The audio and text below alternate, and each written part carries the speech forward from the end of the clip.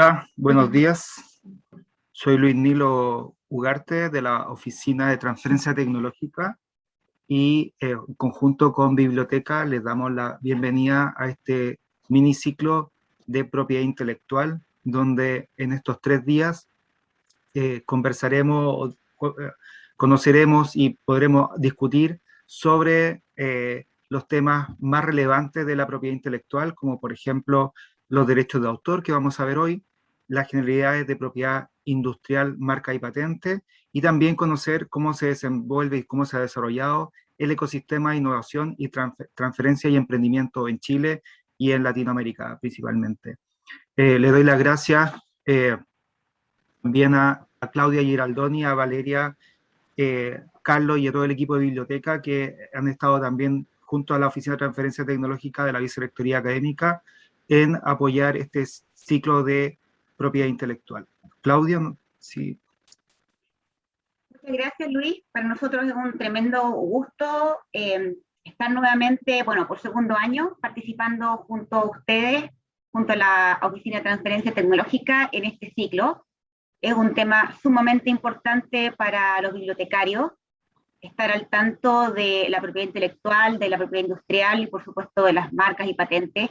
Y yo creo que no solamente para los bibliotecarios, sino que en general para toda la comunidad académica y para todos los que están, son parte, digamos, ya sea como colaboradores, como profesores, como estudiantes. Es un tema que nos toca a todos. Y eso es lo que me atrae también de estas charlas, que ustedes como OTT nos hagan y nos informen y nos vayan contando de qué manera este tema permea el rol que cada uno de nosotros tiene en la comunidad UAI. Así es que les agradecemos la oportunidad de nuevamente ponernos al tanto de este importante tema. Muchas gracias. Gracias, Claudia. Bien, entonces, para entrar en tema y aprovechar esta hora que tenemos de este día, para hablar sobre generalidad de propiedad intelectual y en particular sobre el derecho de autor, vamos a entrar en tema.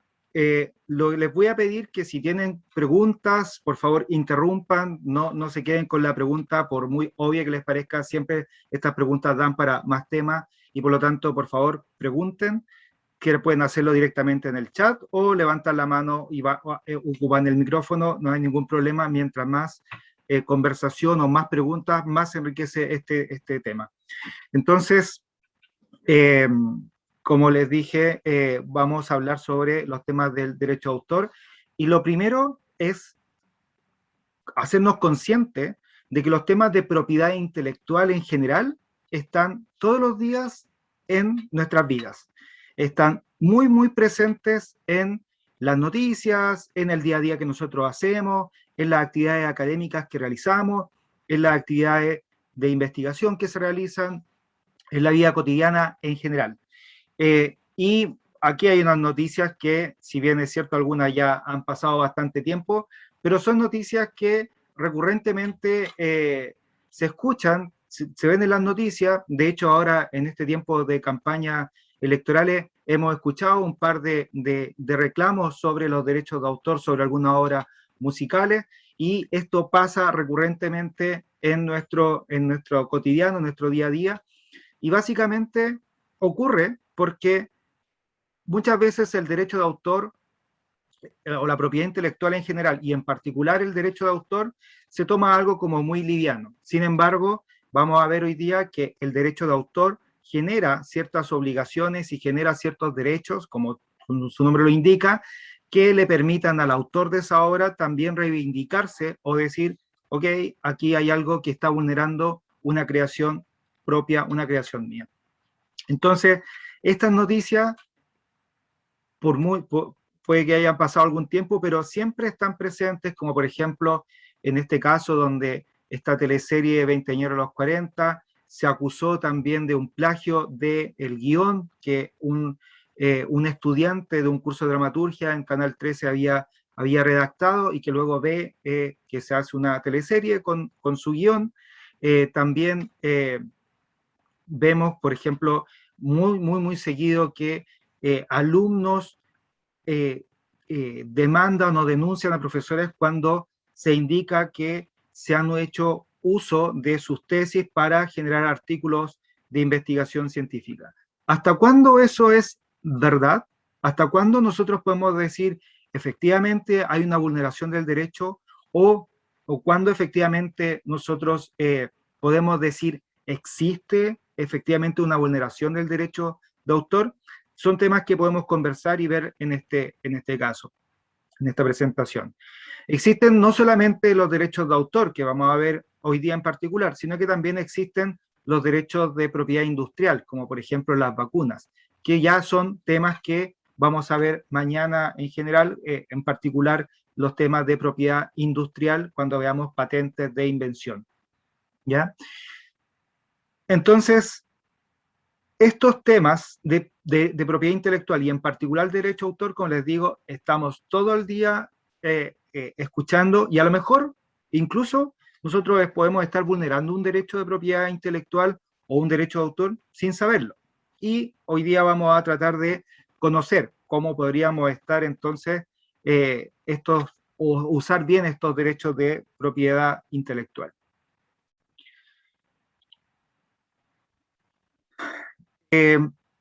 Esto es tema de patentes, también, como les decía, lo vamos a ver mañana en particular. Perdón, ahí sí. Entonces, dos conceptos que vamos a revisar hoy día son los activos intangibles en general y la propiedad intelectual, en particular el derecho de autor. Como activos intangibles, nosotros primero tenemos que entender lo que es un activo tangible de un intangible. ¿Bien?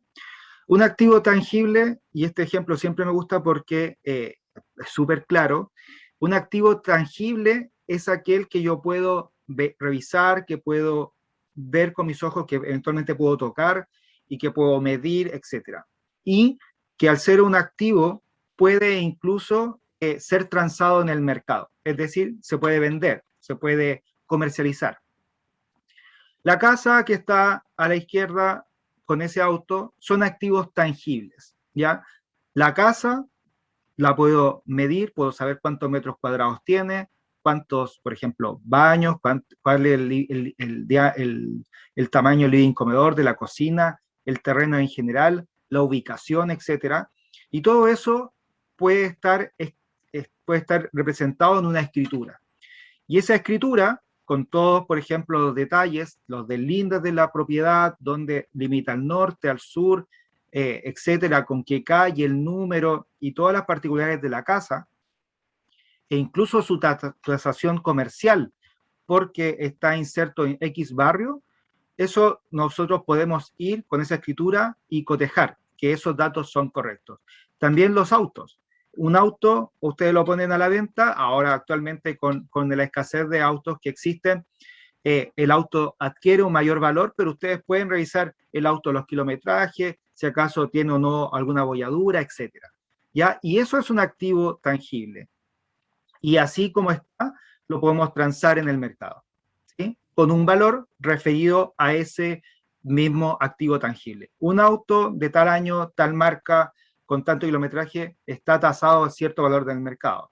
Si la demanda eventualmente aumenta, como está ocurriendo ahora, esa tasación podría aumentar en el valor comercial. Pues bien, si yo les digo, desarrollé un software, ¿sí?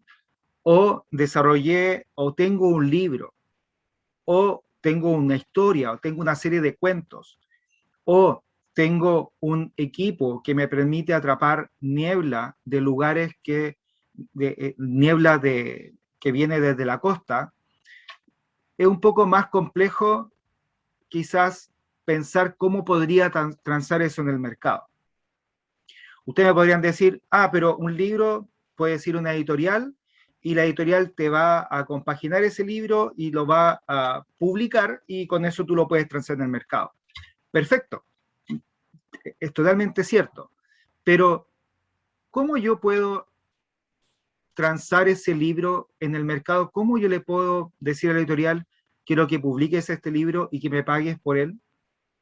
¿cómo podemos hacer, por ejemplo, o cómo los autores, los grandes autores internacionales, literatos, venden o tienen producciones de libros, historias, y que se venden y transan en el mercado? ¿Cómo ellos pueden negociar con esta historia? Entonces, ahí entra en juego la propiedad intelectual. Cuando, por ejemplo, ustedes, si acaso alumnos o investigadores desarrollan software, ¿cómo ese software lo puedo transar en el mercado? ¿Cuáles son las opciones que tengo para transar ese software en el mercado? En este caso, esta patente de invención, que es otra forma de proteger los derechos de propiedad industrial en este caso, es una patente, es un documento que se genera en base a todas las especificaciones técnicas que tiene esta invención. Entonces, los activos de propiedad intelectual, que son intangibles, yo los puedo transar en el mercado, pero antes debería protegerlos. ¿Y cómo los protejo? Existen diferentes formas de proteger las diferentes formas de conocimiento. No necesariamente son incompatibles entre ellas. De hecho, muchas de las obras o muchas de las actividades de propiedad intelectual o muchos de los intangibles pueden combinar varios tipos de protección. ¿Bien? Entonces, yo tengo un libro, tengo un software, tengo un aparato que permite captar la niebla. Yo lo debo primero proteger para luego, entonces, con ese activo protegido, poder transarlo en el mercado. Y poder transarlo en el mercado como si fuese una casa, como si fuese un auto o cualquier otra cosa que uno pueda transar de forma más normal en el mercado. No sé si hay alguna pregunta hasta ahí. ¿No? Perfecto.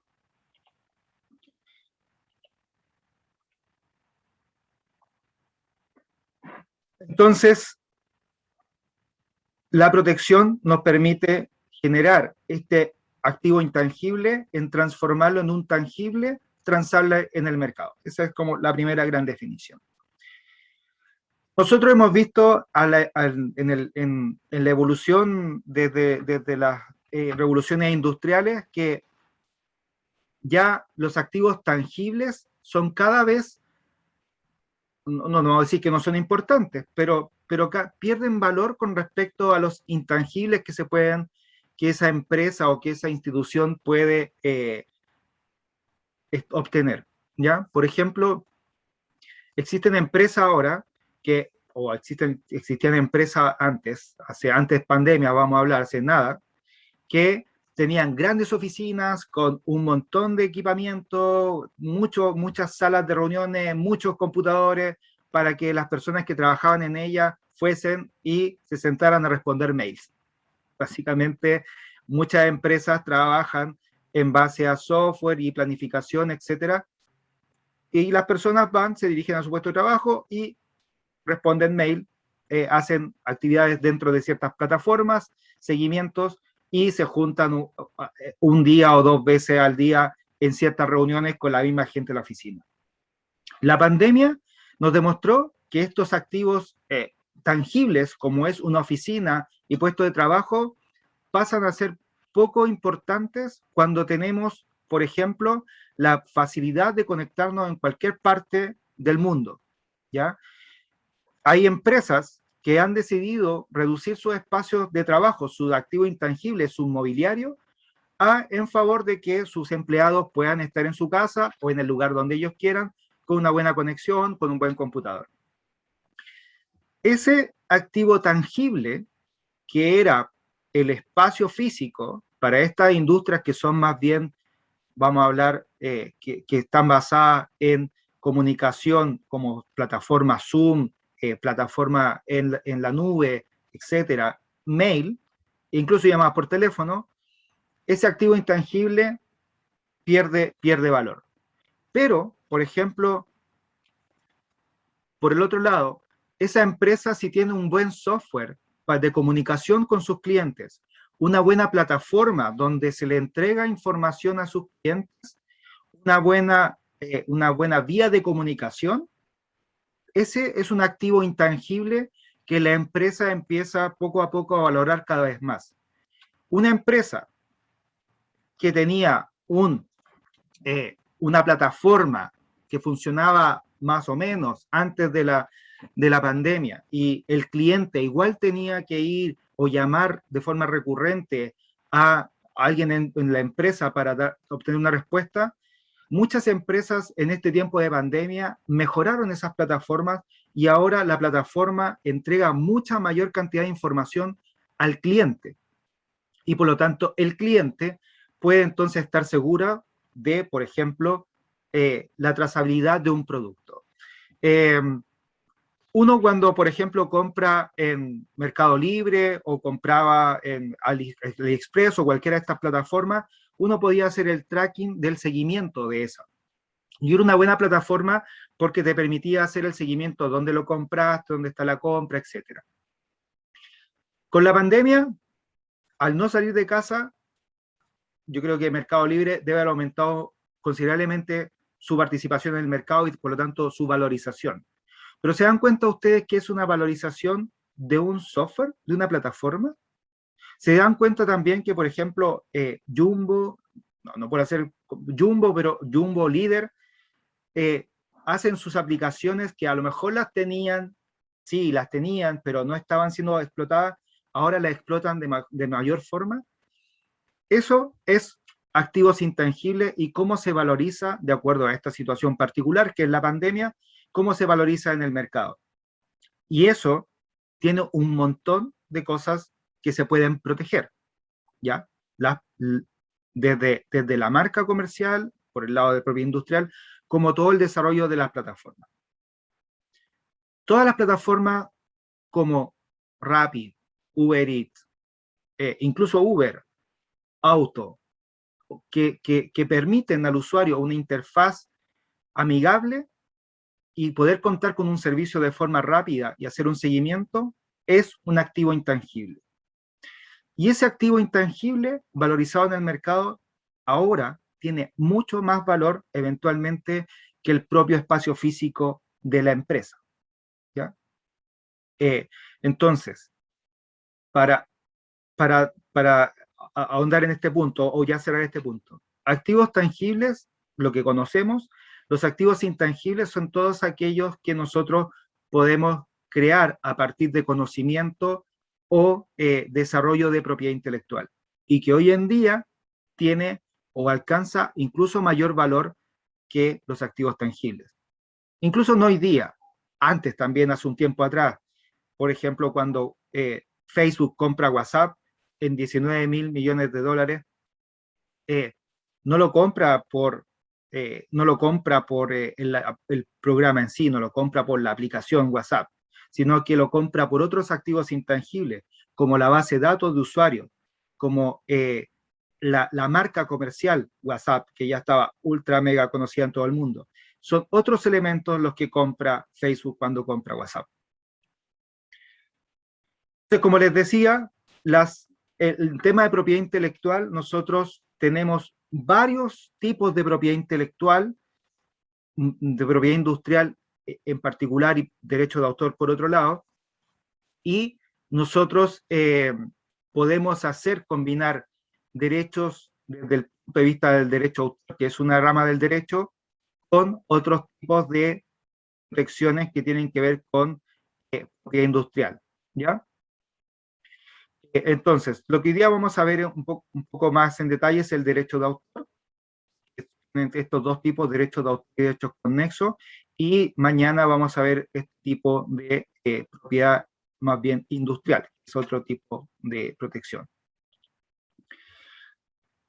Y para que recuerden esto, en Chile existen dos leyes que protegen, vamos a decir, la propiedad intelectual en general. Ya la propiedad intelectual en Chile está, hay una ley que se llama la Ley de Propiedad Intelectual, pero en realidad, si hablamos el lenguaje común con otros países, tendríamos que decir que la Ley del Derecho de Autor, ¿ya? Que está mal puesto la Ley de Propiedad Intelectual, porque propiedad intelectual incluye el derecho de autor como la propiedad industrial, ¿sí? Entonces, En términos más generales, propiedad intelectual incluye el derecho de autor e incluye la propiedad industrial. En Chile, la ley de propiedad intelectual, o a nivel mundial conocida como la ley del derecho de autor, es la 17.336 y la ley 19.039 incluye la propiedad industrial que vamos a ver mañana. Fíjense entonces lo que está en rojo. En rojo está lo que protege o se puede proteger por ley de propiedad intelectual o la ley del derecho de autor. Como por ejemplo, podemos proteger por esta ley de propiedad intelectual o derecho de autor los software, las obras multimedia, las bases de datos, las páginas web, las presentaciones artísticas, los fonogramas, las emisiones y radiodifusiones, las obras en general, obras artísticas y literarias, ¿ya? Eso podemos proteger por la ley del derecho de autor.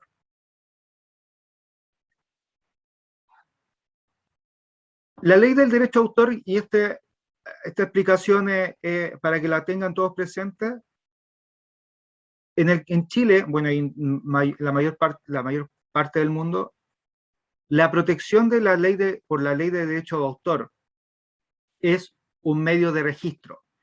No es como en el caso de las patentes, no es necesario registrar, no es obligatorio registrar.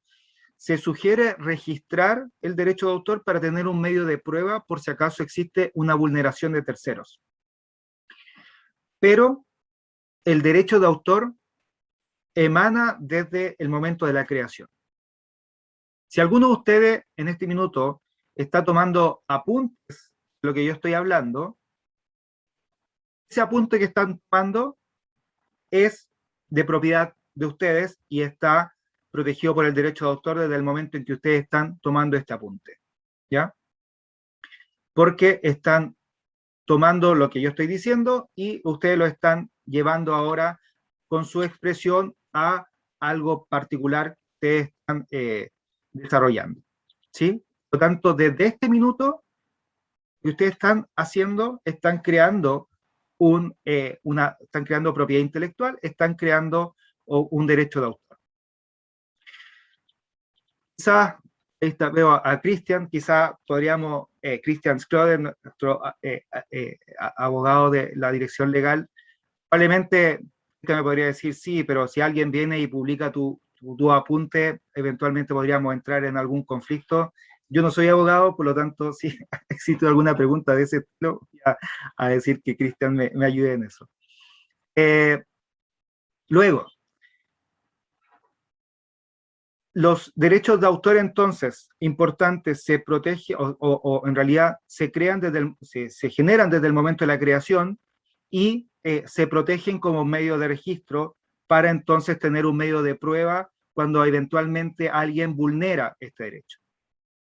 Por ejemplo, si alguno de ustedes escribe un cuento y ese cuento es inédito y es novedoso, ustedes pueden ir y registrarlo en el Departamento de Derechos Intelectuales. Pero ese cuento se les quedó en el bus de acercamiento de la universidad, porque era una tarea, qué sé yo, y ese cuento, después ustedes se dan cuenta que exactamente igual está siendo publicado por una editorial, un año, 2 años después. Y se dan cuenta que ese tiene otro autor. En ese caso, eventualmente, podría funcionar muy bien el medio de prueba, porque ustedes podrían demostrar que ese cuento ustedes lo crearon de forma anterior a que fuese publicado por ese otro autor, si es exactamente igual, ¿ya? Porque pueden haber variaciones del derecho de autor. Una cosa importante en el tema de propiedad intelectual en general es que las ideas no se protegen, se protege la concreción de la idea, ¿ya? No porque yo tengo una idea de hacer una plataforma web que me permita conectar con autos que estén cercanos para que puedan servir como taxi. Esa es una idea, pero que se tiene que plasmar en alguna forma. Y por eso aparece, por ejemplo, Uber, Didi, Cabify, plataformas distintas que ocupan a lo mejor la misma lógica o el mismo modelo de negocios, pero la plataforma como está atrás es distinto. O a lo mejor el modelo de negocio cambia. ¿Sí? Recuerden, las ideas no se protegen. Nadie puede decir, voy a proteger esta idea. No se puede. Se protege la concreción de la idea. Y si la concreción de la idea es distinta a la que ustedes tienen por otra persona, no necesariamente tienen que haber vulnerado sus derechos. ¿Sí? Ahora, el derecho de autor, hay preguntas antes de... Las ilustraciones fotográficas, tengo entendido que también están... Efectivamente, las fotos, las fotografías que uno toma están consideradas como parte del derecho de autor, ¿ya? Las fotografías están dentro de esta parte roja del árbol que les mostré como expresiones artísticas. Fotografía están... O sea, si yo me saco una foto, una selfie, yo tomé esa selfie, por lo tanto el derecho de autor es mío, ¿ya? Sin embargo, y aquí, gracias Claudia por esa pregunta, porque aquí nos da el momento de dividir el derecho de autor, ¿sí? El derecho de autor, vamos a suponer, sí, depende de lo que esté indicado en las condiciones que acepte, efectivamente, Romina. El derecho de autor lo vamos a considerar que ustedes están ahora escribiendo un apunte de esta charla, ¿sí? Al momento de escribir este apunte, ustedes están inmediatamente generando dos tipos de derechos.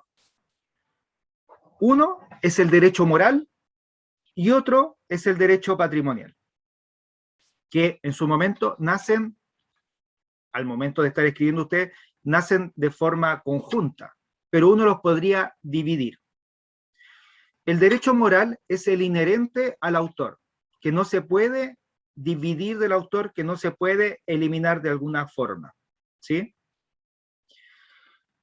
El derecho moral permanece siempre en el autor. El derecho moral es el que le da la personalidad, la paternidad y eventualmente al autor le da el derecho a oponerse. Imagínense ustedes obras literarias del año 1500, Shakespeare. Nosotros todavía reconocemos que las obras de Shakespeare, como Romeo y Julieta, son de Shakespeare. Tienen esta personalidad, paternidad, y él en algún momento tuvo el derecho de oponerse. Nadie puede decir que una obra de Shakespeare es de Isabel Allende. No. Ahora, si vamos más a la actualidad, Isabel Allende puede escribir una obra. Nicanor Parra puede escribir o pudo haber escrito alguna obra. Cuando ellos escriben esta obra, nacen entonces los derechos morales, que son inherentes al autor, y no se pueden escindir de él, no se pueden dividir de él.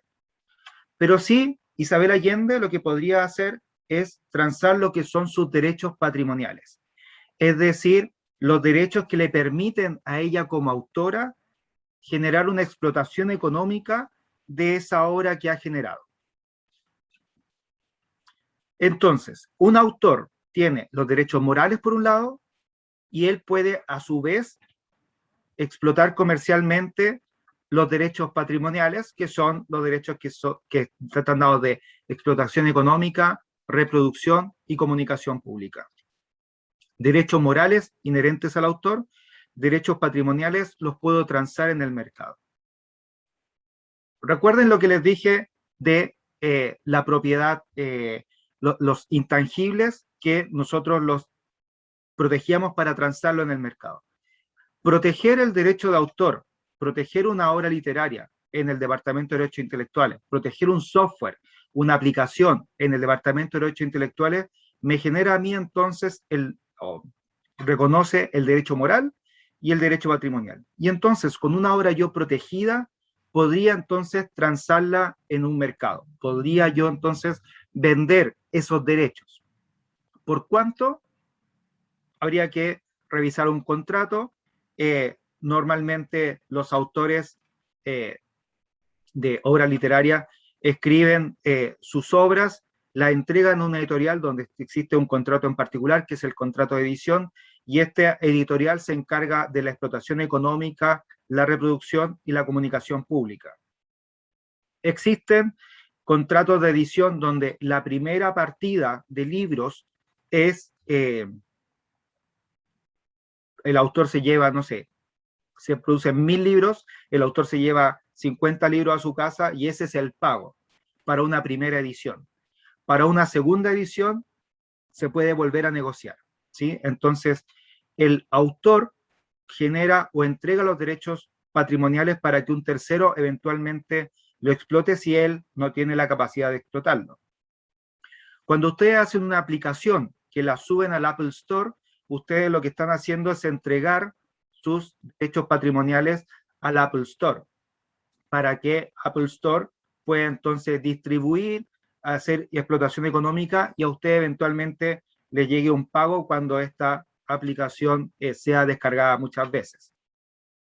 Si a alguno de ustedes le gusta la música y eventualmente hace un podcast y lo publica en Spotify, ustedes también ahí están entregando los derechos patrimoniales y cuando la cantidad de reproducciones de ese podcast aumenta, se está haciendo una explotación económica y se está haciendo una reproducción de la obra que ustedes han generado. Y además de hacer la comunicación pública. Entonces, el derecho de autor les permite a ustedes tener estos dos tipos de derechos, los morales, que son los inherentes a ustedes, y los patrimoniales, que son los que se permiten explotar.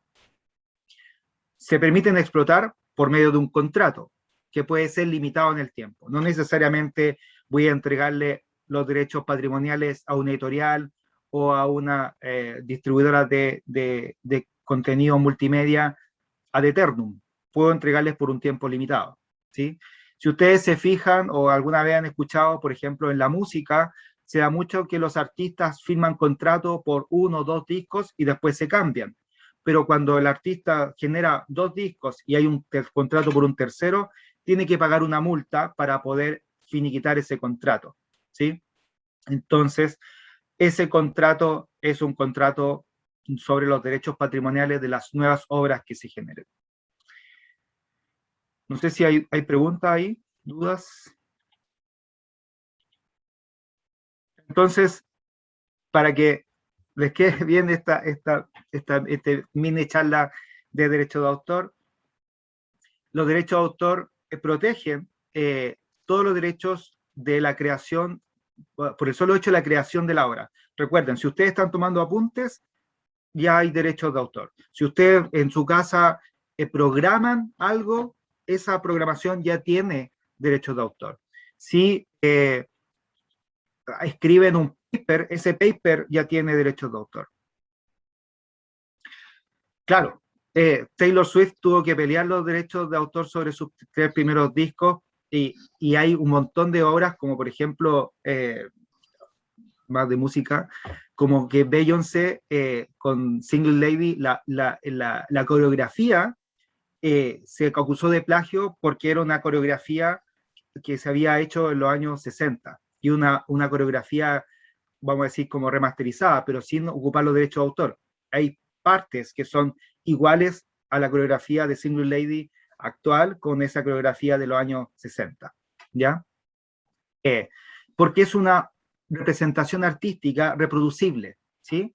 En ese caso, esa coreografía es un derecho de autor porque es una obra artística reproducible. Y entonces, recuerden, ¿qué se protege? La obra literaria y científica, las conferencias, la música, los software computacionales, la obra cinematográfica, las obras plásticas y artísticas, las fotografías, como decía Claudia, las obras audiovisuales e incluso las páginas web. Todo eso se protege por la ley del derecho de autor. Acá es importante entonces que es la concreción de la obra lo que se protege. En el caso de, por ejemplo, las obras de Taylor Swift, la música, etcétera, está escrita y por lo tanto se puede reproducir, por lo tanto hay derecho de autor. Cuando un coreógrafo hace una coreografía con los pasos, la secuencia, eso se puede plasmar en un escrito, se puede plasmar en un video, eso también está protegido por el derecho de autor. Por lo tanto, si alguien usara la misma coreografía para algo que no está autorizado, podría alguien apelar a que se está vulnerando el derecho de autor. Las ilustraciones, efectivamente, Claudia, las ilustraciones también están protegidas por derechos de autor como obras. De hecho, Walt Disney, todas sus ilustraciones están protegidas por derecho de autor. El derecho de autor, esto va más adelante, pero el derecho de autor normalmente en los países dura toda la vida del autor más 70 años, y en el caso de en Estados Unidos, hace un tiempo atrás estaban pensando extender el derecho de autor después de la muerte del autor, específicamente para proteger todas las obras de Walt Disney, las originales. ¿Sí? Ahora, eso es importante también, porque aquí nos da pie o paso a, bueno, ya lo vimos, a lo que son los derechos conexos. ¿Ya? Los derechos conexos también son parte del derecho de autor, pero que brindan protección, como dice ahí la descripción, a quienes, sin ser autores, contribuyen con creatividad, técnica u organización en el proceso de poner a disposición del público una obra. ¿Ya? Perdón que haya leído, pero esa es la definición. Y acá les quiero poner algunos ejemplos que pueden ser más cotidianos y que nos interesa como oficina que también tengan estos resguardos. Imagínense alumnos emprendedores que están desarrollando una aplicación y están desarrollando esta aplicación, y un amigo fuera del grupo que es diseñador eventualmente y dice, oye, tengo una idea que podría servirte a tu aplicación. Mira, te hice este logo. Tómate lo paso para que lo ocupes en tu aplicación. Ah, ya, gracias amigo, que súper, te pasaste. Y la aplicación que están haciendo comienza a ser famosa. Y este amigo se da cuenta de que la aplicación a la cual él diseñó el logo, o algo que la identifica y que la hace muy reconocible en el público, está ganando una cantidad de dinero increíble y está siendo mega reconocida en el mercado. Este amigo podría ir y decirle al grupo de emprendedores, ¿sabes qué? Quiero que me den parte de las ganancias que ustedes tienen. Oye, ¿pero por qué? Si tú no hiciste nada, nosotros programamos. Sí, pero el diseño del logo que ustedes ocupan lo hice yo. Y yo tengo los medios de verificación donde yo hice ese logo. Por lo tanto, quiero parte de la torta que están ganando. ¿Se puede? ¿Qué creen ustedes? ¿Podría ese amigo hacerlo? Sí, podría hacerlo. Porque si ustedes recordarán, cuando él hace el dibujo o el esquema, se generan entonces dos tipos de derechos: derechos morales y derechos patrimoniales. Cuando él entrega, sin mediar nada, y le dice, toma amigo, te lo regalo, le entrega el esquema sin mediar un contrato, él no está disponiendo de uso de esa obra, no está disponiendo de tiempo en que la puede ocupar, etcétera. La está entregando, pero no hay nada que medie esa transacción. Y por lo tanto, este amigo podría ir y decir, yo la entregué para que la usaran, pero ahora que está ganando una gran cantidad de dinero, quiero que se me reconozca mi creación intelectual. ¿Sí? Voy a leer unas preguntas que tengo acá.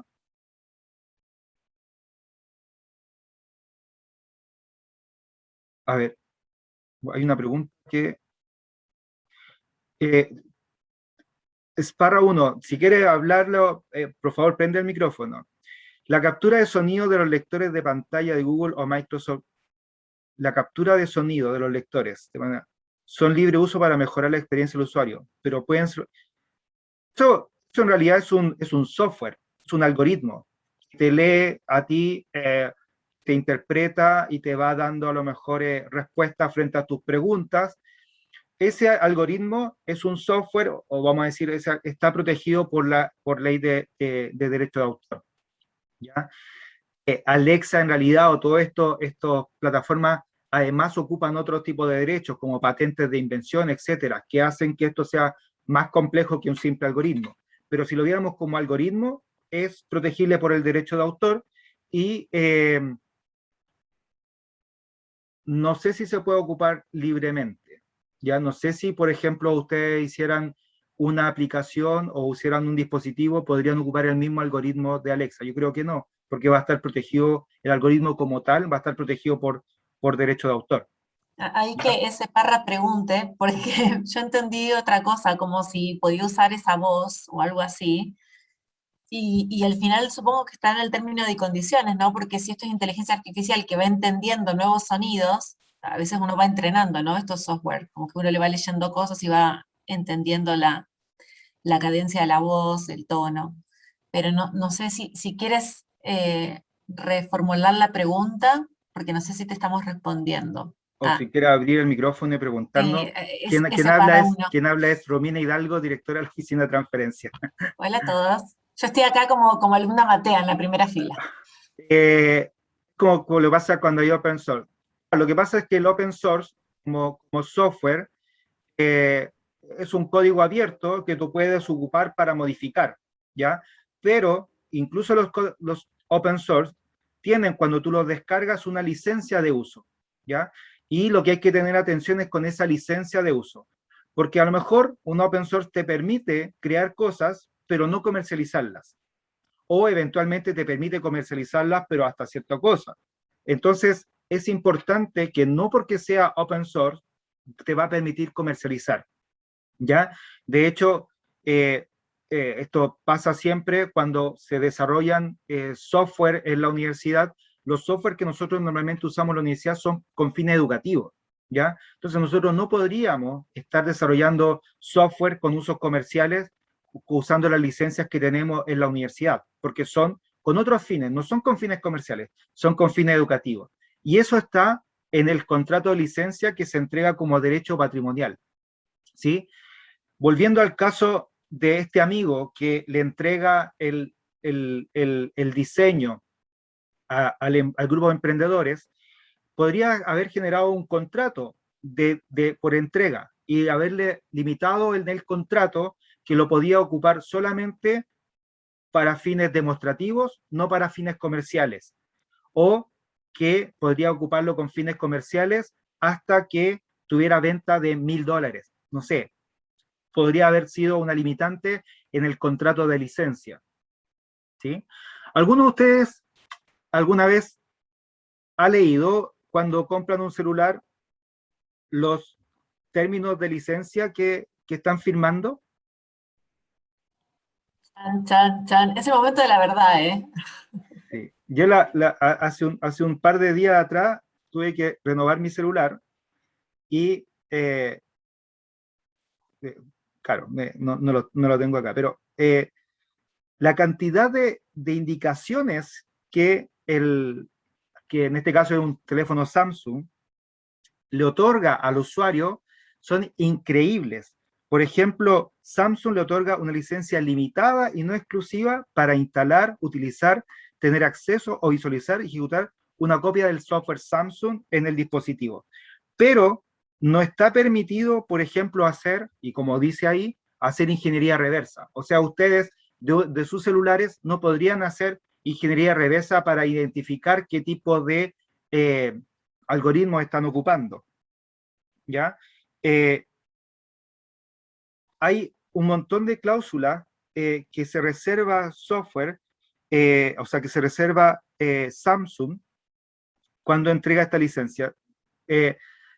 La voy a, como esta presentación va a quedar también disponible para descargar, voy a poner ahí en los anexos estos comentarios que salen en la licencia, porque lo vean que es bastante interesante cómo se protege Samsung con respecto a este software. Y ese es el contrato de licencia que se puede generar del derecho de autor, que se da un uso o un permiso de explotación más bien exclusiva, ¿ya? Entonces, volviendo al caso del amigo que le pasa el logo al grupo de emprendedores, este amigo podría haber eventualmente haber mediado esa transacción con un contrato y ese contrato haber dado las explicaciones, ¿sí? Ahora, ahora ya no nos ocupa tanto, pero hay unas cosas que se llamaban cassette, otras cosas que se llamaban CDs. Y en los cassettes y en los CDs tenían un librito adentro, en los CDs principalmente tenían un librito, donde decía el autor, la música, la interpretación, etcétera, y que la distribuidora. Todos ellos tenían o aportaban en algo en la obra que se estaba poniendo a disposición en el público. En el Festival de Viña, que ya el último que tuvimos fue el 2020, ¿cierto? Sí, el 2020. Cuando hacen la competencia internacional o la folclórica, dicen interpretada por música, por tal, letra, por tal, música, por tal, etc. La orquesta, el arreglo de orquesta lo hace tal. Todos esos autores que están involucrados en esa obra en general están haciendo uso de lo que se llaman los derechos conexos, ¿ya? Que son los derechos que se brindan cuando alguien ha contribuido para que una obra pueda ser puesta a disposición del público, ¿ya? Entonces, por ejemplo, cuando ustedes escuchan algo, una canción, y hay arreglos de otra música, de otro autor, ese autor está contribuyendo a un derecho conexo, ¿sí? El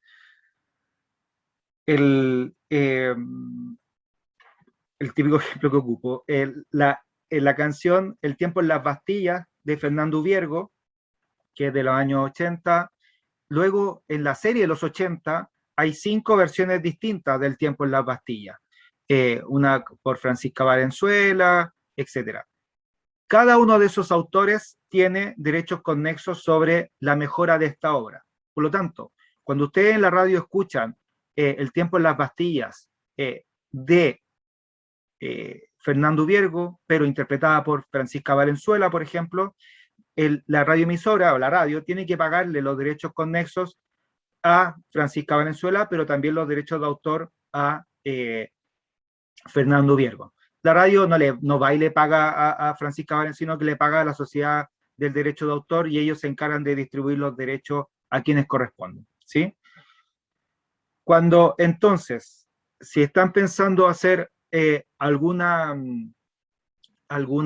desarrollo, algún software y necesitan la ayuda de alguien para eso, para ese software, siempre piensen bien qué es lo que van a pedir y si acaso eso se puede regular mediante un contrato o algún tipo de medio de verificación donde se está haciendo un encargo, ¿sí?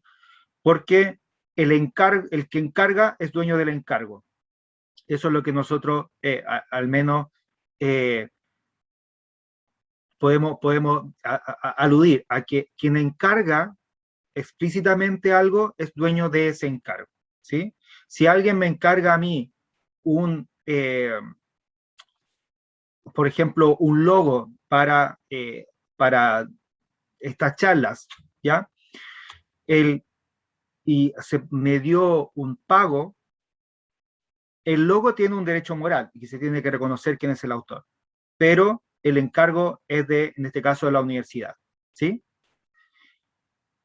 Otros derechos conexos que son también, que los pueden conocer diariamente, son, por ejemplo, los derechos que tiene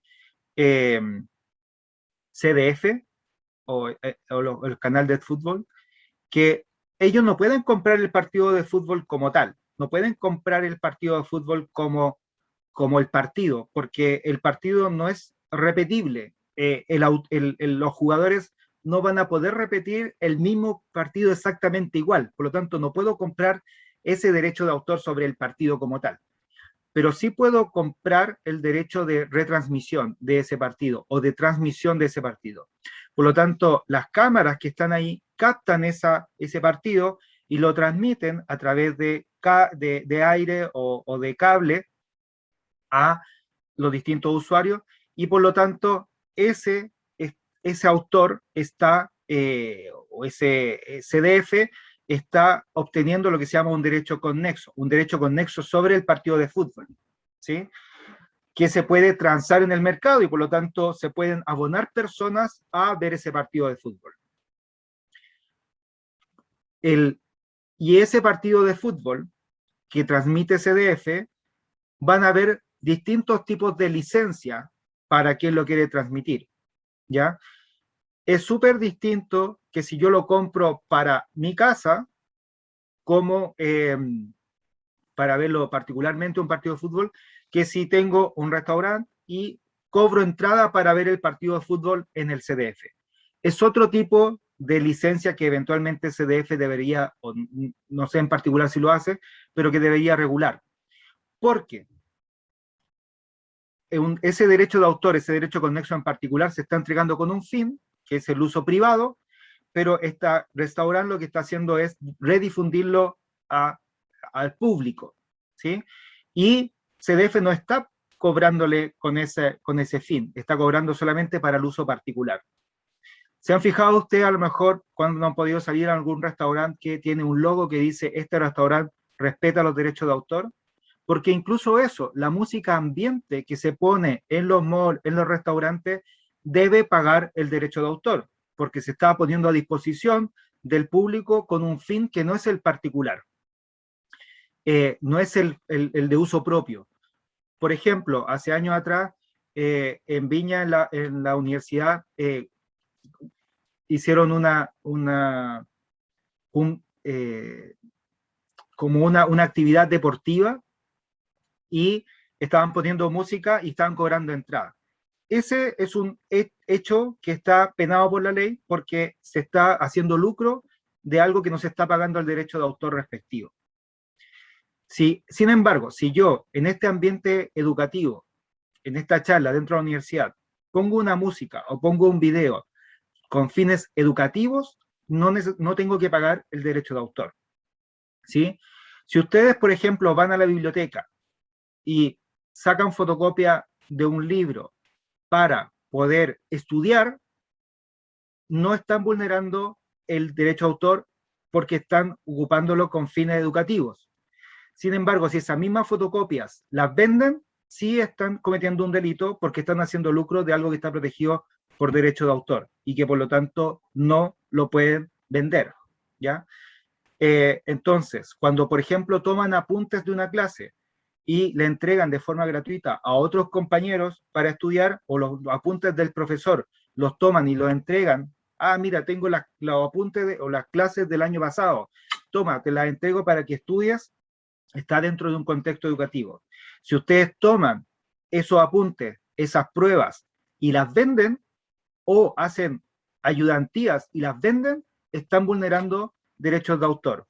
Por lo tanto, es bien cuidadoso el límite que se debe tener con respecto a el derecho que me permite ocupar dentro de ambiente universitario o de ambiente educativo, a lo que puede pasar a vulnerar el derecho si, por ejemplo, empiezo a lucrar con un derecho dentro del ambiente educativo. Hace años atrás, los colegios, por ejemplo, daban películas completos y entonces para juntar un curso para juntar dinero, decía, vamos a dar tal película y vamos a cobrar entrada. De partida, si la película estaba recién en el cine, claramente estaban vulnerando el derecho de autor porque la estaban obteniendo de forma pirata. Y luego, una segunda infracción está en que están cobrando entrada en un ambiente educativo cuando eventualmente, si es que la película hubiese sido, no sé, arrendada o comprada de forma legal, hacer lucro sobre algo que está comprado para fines particulares y no de reproducción masiva, está vulnerando el derecho. Fíjense ustedes que, entonces, como vamos a hablar, si compraban un CD o un cassette, no podían ponerlo a disposición del público cobrando entrada de forma masiva, ya, son usos personales. Ustedes no pueden hacer una fiesta, por ejemplo, y cobrar entrada ocupando música de Spotify. El DJ debe pagar los derechos de autor de la obra que está utilizando. Entonces, en este caso, para cerrar este punto de los derechos conexos se adquieren o se obtienen del derecho de autor cuando se hacen mejoras a la obra y se le debe reconocer esa mejora. Claramente, si el autor está vivo o todavía permanece el derecho de autor que dura 70 años más la vida del autor, o sea, la vida del autor más 70 años, perdón, se debe pedir autorización al autor. Si se hace una mejora de una obra cuyo autor ya no existen los derechos de autor, porque ya el autor murió y pasaron los 70 años, se cobra sobre los derechos conexos, no sobre la obra original, ¿sí? Entonces, para cerrar esta primera charla, los derechos de autor duran toda la vida del autor más 70 años, es decir, si ustedes hacen algo ahora, va a durar toda su vida más 70 años. Por ejemplo, las obras de Nicanor Parra, que falleció hace un par de años atrás, van a durar toda la vida del autor más 70, o sea, ya duraron toda la vida del autor, ahora 70 años a partir de su muerte. Las obras de Violeta Parra, por ejemplo, que murió en los años 60, creo que tiene hasta el año 2037, donde sus herederos legales pueden hacer usufructo de esas obras, o quien obtenga los derechos de explotación. Después de ese tiempo pasa a dominio público y cualquiera puede utilizar esa obra sin pagar el derecho respectivo, ¿ya? Luego de eso, alguien puede, por ejemplo, hay una película del año 96, 97 que se llama Romeo y Julieta, donde sale Leonardo DiCaprio, que es una obra de la obra de Shakespeare, de Romeo y Julieta, pero es una obra que está actualizada a esos años. Esa obra claramente no le paga los derechos de autor a Shakespeare porque ya no existían, pero sí al reproducir esa nueva película en los cines se pagan los derechos estos derechos conexos por la reinterpretación y por toda la producción cinematográfica que tiene esa obra. Todos los países tienen distintas políticas de propiedad intelectual. En Chile la vigencia es todavía de autor más 70 años, en otros son 90, en otros son 120. Sin embargo, existen acuerdos internacionales que nos permiten replicar, sobre todo los derechos de autor, replicar estos derechos de autor en otros países, ¿ya? El derecho de autor es el único que se entiende que protegido en el país de origen, se puede entender también protegido en otros países, ¿ya? Tienen que haber medios de verificación de que es efectivamente novedoso, nuevo y que no está vulnerando derechos terceros, pero eventualmente, si yo hago algo acá en Chile y lo protejo en Chile, no necesariamente tengo que ir a los otros países a protegerlo porque se entendería por estos tratados internacionales en los que Chile participa y los otros países participan, que se debería reconocer como que el derecho ya existe, ¿sí? Eso es. Entonces lo que queríamos contarle hoy día en cuanto al derecho de autor, hay unas preguntas acá en el chat. No, Romina la que estaba hablando. No, pero Luis, toma la pregunta, porque a ver si Sí, a ver, dice bien. Luis Alfonso, dice, al dictar docencia o realizar talleres, crear dinámicas, figuras, gráficos, paper o presentaciones. ¿Cómo puedo protegerlos para que los mismos alumnos no lo usen como propios? Al ser con fines educativos, ¿tendría derecho a hacerlo? Luis Alfonso, si tú estás creando estos documentos en el marco de clases que la universidad te está pagando por realizarlas, estás trazando, el derecho moral es tuyo, el derecho patrimonial es de la universidad,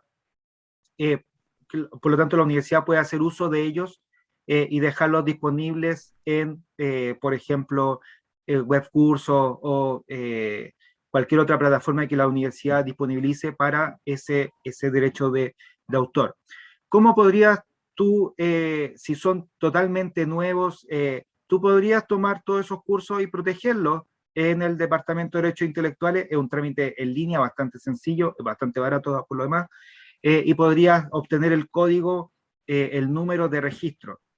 Y con eso, tú podrías, por ejemplo, poner la frase protegido por derecho de autor, registro tanto, a todas las hojas o todas las figuras. Y si eventualmente tú ves que existen alumnos que no lo están usando con fines educativos o que están lucrando con ello, podría entonces apelar de que están vulnerando tus derechos. Si es la universidad, si está en el marco de la universidad, que estos alumnos, la universidad es la que se hace parte eventualmente de esta vulneración de derechos educativos. Por ejemplo, si, un caso muy extremo, si estos alumnos después fuesen a hacer o vender ayudantía en otra universidad, es la misma universidad la que podría ir y decir, esto es material que se ha generado por la Universidad Adolfo Ibáñez, en el contexto educativo de la Universidad Adolfo Ibáñez, por lo tanto, los alumnos pueden usarlo sin fines de lucro, pero no pueden usarlo con fines de lucro, por lo tanto, ese uso podría ser eventualmente sancionado.